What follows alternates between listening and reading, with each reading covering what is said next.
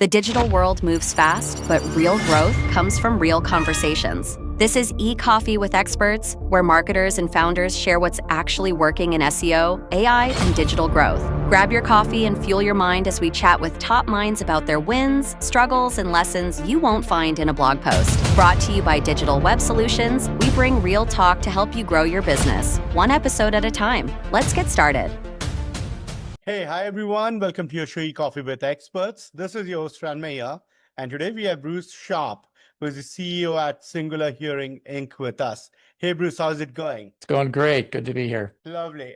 Bruce, before we move any forward, let's get to know the human behind the mic. Take us back through your journey, talk us through how you were growing up as a kid and your journey behind starting your entrepreneurial journey, and we'll take it off from there. Sure. So we're going to go right back to the very beginning. Well, I grew up in a family of 4 kids, and when all those kids were quite young, our father died somewhat unexpectedly, and our mother took over at that point. She really wanted to keep the family together. She wasn't in particularly good position to earn a living, and this was all happening suddenly. Anyway, she figured it out, opened some fabric stores, and kept the family together and raised 4 kids on her own. Very strong, resourceful woman who's had a huge impact on my life. Interestingly, also, she was a gadget freak, which for the time that she was raising us and for someone in that position, it's kind of unusual, but all that has stuck with me as well. So I've always been interested in technology. Education-wise, I have a PhD in mathematical physics, which goes back a long way. I'm 71 years old, so my PhD was in the middle of the 1980s. I didn't continue in academia at all after that. I went right into the world of software. And at that time, personal computers were the new thing, and I was really interested in that. And that sort of pulled me into the world of software. And that's what I've been doing ever since, in a variety of roles as not so much a programmer, but on the technical side of things and various executive roles. And then I became an entrepreneur and have been involved in several startups. The current startup is called Singular Hearing, and I got interested in this because I'd sold off my last company and was looking around for the next thing to do. In the very early part of my career, I'd worked with computer vision for satellite images and stuff like this kind of AI thing. We would call it AI today. But none of that stuff really worked back then. But as of a few years ago, things started working in the world of AI, and I was interested in that. So I basically self-taught myself to come up to speed on what the new things are that were working better. And was very impressed because I'd done various audio and video related things in my past, very impressed with some of the results coming out of the research labs of applying AI to speech processing. But they were results in a research lab, and it was just of intellectual interest mainly at that point. However, while that was going on, I had a family member who had a problem with hearing. So my father-in-law, we all loved him very much. He'd worn hearing aids for years, but we could see he was more and more not getting engaged in social situations, whether it's a family gathering or playing cards with his friends, whatever it was.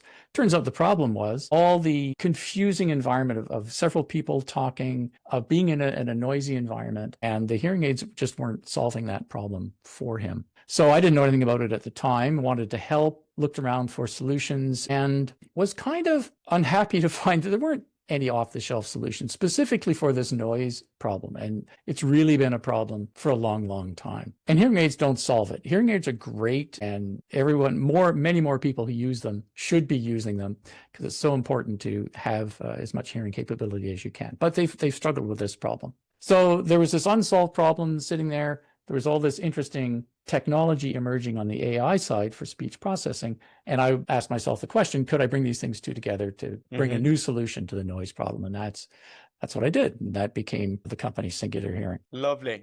And I heard that recently hit 1 million user sessions. Congratulations on that. So, what marketing channels and growth hacks were instrumental in reaching such volume? Yeah, we wanted to bring this solution to market, and we were trying to figure out how to do that because we could have made a new device, a new piece of hardware, or something else. And we were very happy to find that the type of solution we wanted to deliver could be done on a phone. These AI algorithms that are really good with noise, they're very powerful, but they need a lot of power to run. To get them to run like inside earbuds or hearing aids and so on, they just don't have the processing power to do that, or the battery life, or all of that. So we work on the phone. And I mention all that because we are a software only solution. And that gives us a lot of advantages in terms of reaching a market and serving it quite easily. We don't have to build up layers of distribution channels where some hearing health professional has to work with you to, do the thing. No, you can just go to the App Store, download HeardThat, fire it up. You'll be going in 1 or 2 minutes, and you can use it right in the noisy restaurant or coffee shop or wherever it is that you're finding noise to be a challenge for yourself. So the growth hack first was to software, but it has other advantages as well. We are able to, if you go to our website, you can hear demos that are very realistic. They're really taken straight off what the app can do of what it sounds like before and after you have this noise removal that the app does, recorded in real life situations where there's a noisy background in a restaurant, and then you turn on the HeardThat magic and all of a sudden the noise goes away and you're just hearing the person talking. So the ability to have those kind of demos gives people a clear understanding of what the product can do before they download it or anything else. And then again, the advantage of being software is it's very easy for people to try it out for themselves. They just download it, try it. There's no obligation. There's a free trial period.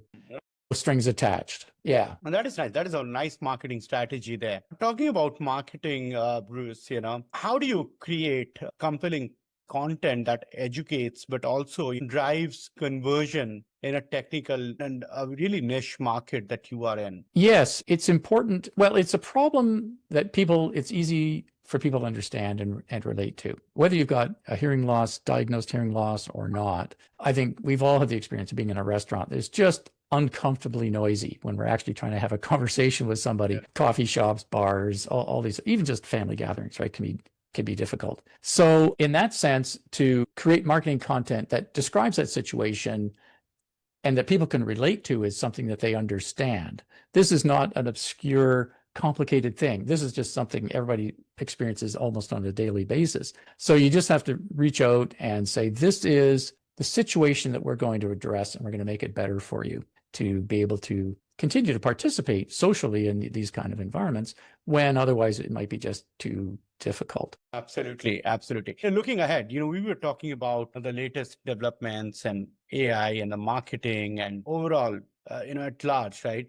Looking ahead, Bruce, what emerging trends in marketing and technology, that excites you most for the future of singular hearing? Yeah, it all revolves around AI. Although some new devices that are coming on stream, like these XR glasses, smart glasses that are now becoming increasingly popular and which have a bit of an AI component to them, I think could play a really interesting role in helping with hearing situations. But a lot of it is about the AI for technical reasons and for marketing reasons. So AI is at the core of what we provide as a technical solution to get rid of noise. This is a flavor of AI that's quite different from ChatGPT, for example. It's not about text in and asking questions and like that. It's processing speech signals. But that continues to advance, and we're happy to deploy that. The other thing that's important for people who struggle with noise situations is watching TV or movies, etc., YouTube videos, is to get good captions. And I know lots and lots of people really don't have any hearing problems at all. They always turn on the captions. I guess I'm one of those. And AI is very helpful in automatically creating those captions, but they're not perfect and you'd like them to be a bit better. So we have a companion product called HeardThat Plus, and that is to help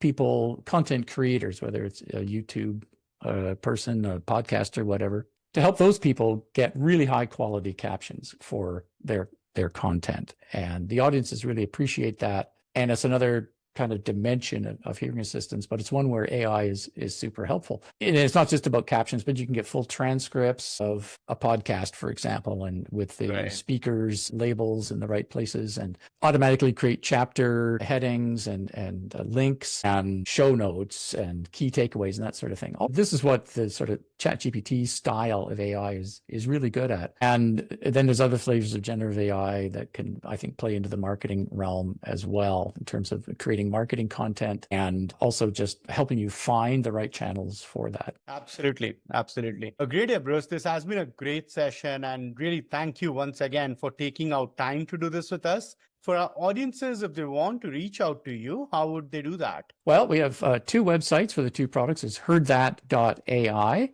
That's all one word with no punctuation. And then there's HeardThat.plus. The .plus one is the one that creates transcripts and so on. So there's that. And on the website, you can find out more about the products, and there's ways to connect with us there. Thank you so much, Bruce. This has been a great conversation. I've thoroughly enjoyed it. Thanks once again. Yeah, cheers. Thanks. Good talking to you.